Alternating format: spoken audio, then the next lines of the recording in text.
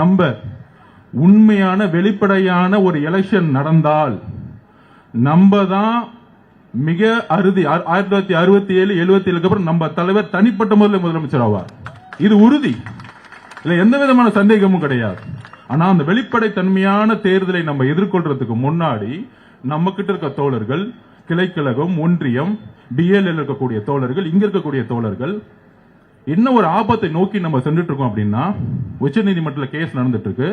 ஒரே ஒரு உறுதிமொழி தலைவர் கொடுக்கிறாரு, தமிழ்நாட்டில் ஒரே ஒரு வாக்காளர்களுக்கு அநியாயம் ஏற்பட்டால் தலைவர் மிகப்பெரிய உச்ச நீதிமன்றத்துக்கு சென்று வாதிடுவார். எங்க தலைவர் தான் பாதுகாப்பு கொடுப்பார். ஒரே ஒரு ஓட்டர் டெலீட் பண்ணா கூட எங்க தலைவர் வந்து பாதுகாப்பு கொடுப்பார். நம்ம கழகம் அதுல உறுதியா இருக்கு. ஆனால் நம்ம செய்யக்கூடிய கடமைகள், பொறுப்புகள் என்ன? இன்னைக்கு கிட்டத்தட்ட 68,000 பேருக்கு மேல பிஎல்ஓ போட்டு முடிச்சிட்டாங்க. அதுல 30 நாள்ல முடிக்கணும். கிட்டத்தட்ட 6,41,00,000 பேர். அப்ப 30 நாள்ல எப்படி முடிக்க முடியும்னா முடியவே முடியாது, வாய்ப்பே இல்லை. ஆனா இப்ப பீகார்ல நடக்கிற எஸ்ஐஆருக்கும் தமிழ்நாட்டில் நடக்கிற எஸ்ஐஆருக்கும் வித்தியாசம் இருக்கு. பீகார்ல வந்து எதிர்கட்சி தலைவர்கள் குற்றச்சாட்டு என்ன? அங்க ஆளுங்கட்சியும் அவங்க தான், தேர்தல் கமிஷன் மேல குற்றச்சாட்டுகள், ஒன்றிய அரசும் அவங்க தான். சோ 3 பேரும் சேர்ந்து ஒரு மேல குற்றச்சாட்டு ஒன்னா சேர்ந்துகிட்டு கிட்டத்தட்ட 65 லட்சம் பேர் வந்து டெலிட் பண்ணிட்டாங்கன்னு ஒரு பெரிய குற்றச்சாட்டு எதிர்கட்சிகள் சொன்னாங்க. ஆனா தமிழ்நாட்டில் வித்தியாசம் ஒண்ணு இருக்கு, நம்ம புரிஞ்சுக்கணும்.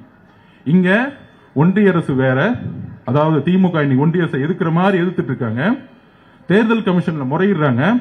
ஆனால் அதை அமல்படுத்தக்கூடிய அதிகாரம் யார்கிட்ட இருக்கு? திமுக கிட்ட இருக்கு.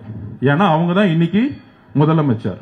இன்னைக்கு அப்பாயின்மெண்ட் பண்ண 68,000 பேருக்கு மேற்பட்ட அரசு ஊழியர்கள், அங்கன்வாடி பணியாளர்களும் ஆசிரியர்களும் அந்த லிஸ்ட் எல்லாமே திமுக காரங்கிட்ட இருக்கு.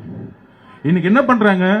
பிஎல்ஓ உறுப்பினர்களோட சேர்ந்து என்ன பாவம் அவங்க என்ன பண்ணுவாங்க? ஒரு அரசு ஊழியர்கள், ஒரு அங்கன்வாடி பணியாளர்களும் ஆசிரியர்களும், ஒரு குறைந்தபட்ச ஊழியர், இன்னைக்கு வரைக்கும் அரசு ஊழியர்களுக்கு ஓய்வூதிய திட்டத்தில் வந்து எந்த வேலையும் செய்யல, அவங்களுக்கு எந்த பணி செய்யல, ஒட்டுமொத்த அரசு ஊழியர்கள் நேத்து கூட வந்து அறிக்கை கொடுத்துட்டு இருக்காங்க, கடுமையாக எதிர்ப்பு தெரிவிட்டு இருக்காங்க. ஆனா திமுக என்ன செய்யுது அப்படின்னா, இந்த 68,000 பேரோட சில பேர், அதாவது ஒரு பூத்துல 350 குடும்பம் இருக்குன்னா, இந்த கிளைக்கழகத்தில் இருக்கவங்களும், வார்டுல இருக்கவங்களும், இந்த பிஎல் இருக்கவங்களும் இந்த அப்ளிகேஷன் எடுத்துட்டு இது நான் ஒரே ஒரு கோரிக்கை, ஒட்டுமொத்த எதிர்கட்சிகளும் இது வந்து அணித்தள்ளணும்.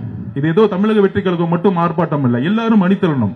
ஏன்னா இதுல வந்து திமுக செய்யக்கூடிய தவறுகள் என்னங்கிறது நம்ம புரிஞ்சுக்கணும். பிஎல்ஓவாக திமுக மாறி இருக்கு இப்ப.